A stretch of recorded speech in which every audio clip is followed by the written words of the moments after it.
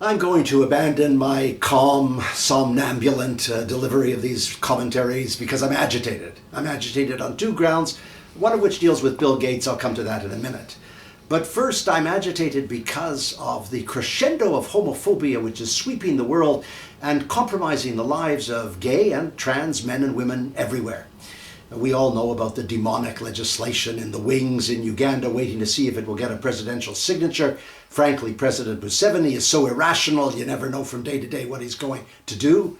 There have been outbreaks of serious homophobic violence in Cameroon, and in the last few days, terrible violence in Ivory Coast and Cote d'Ivoire. And of course, we had that recent decision in India where a judge recriminalized homosexuality in the most fatuously simple-minded decision I've ever read. He should spend his entire retirement as a court stenographer.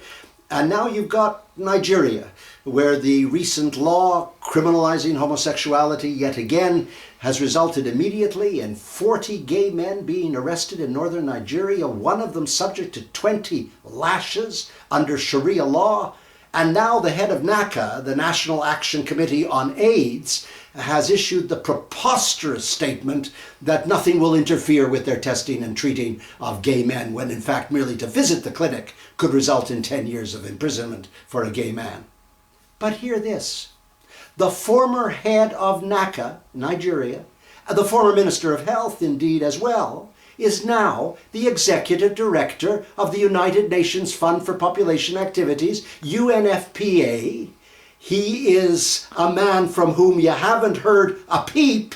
You would think he would say publicly that everything he did in Nigeria is now being betrayed. And by the way, why hasn't the Secretary General of the United Nations, in conjunction with the Executive Director of UNAIDS, flown to Lagos or Abuja and confronted the President directly, or sat down and had a press conference which deals with the issue directly? I mean, you can't get away forever with camouflaging the issue through these easy rhetorical affirmations of human rights. You have to nail these beggars to the mast. That's the only way you'll get social change. And that leads me to Bill Gates and his most recent report on poverty. And I mentioned last week that I didn't see any equality in the report, and I was wrong. There is one mention. But hear this. In the report, there are other things. At one point in the report, Bill Gates calls for cheaper and cleaner alternative energy to deal with climate. And then later on, he suggests cutting subsidies for fossil fuels, which includes oil, to deal with climate.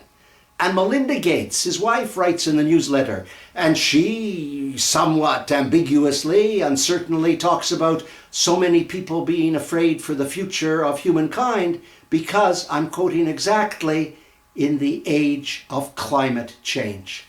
So you explain to me, how can you talk about climate change over and over in a recent report and hold $1 billion of investment in Exxon and BP? How do you square that hypocrisy? How can you come down on both sides of the issue simultaneously? I'll tell you how. You're Bill Gates. You can get away with anything.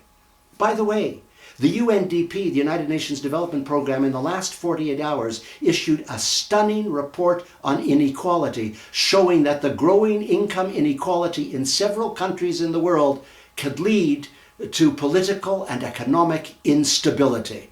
What an alarm. Frankly, to issue a report on poverty without dealing extensively with instability is absurd. That was last week. I'm Stephen Lewis.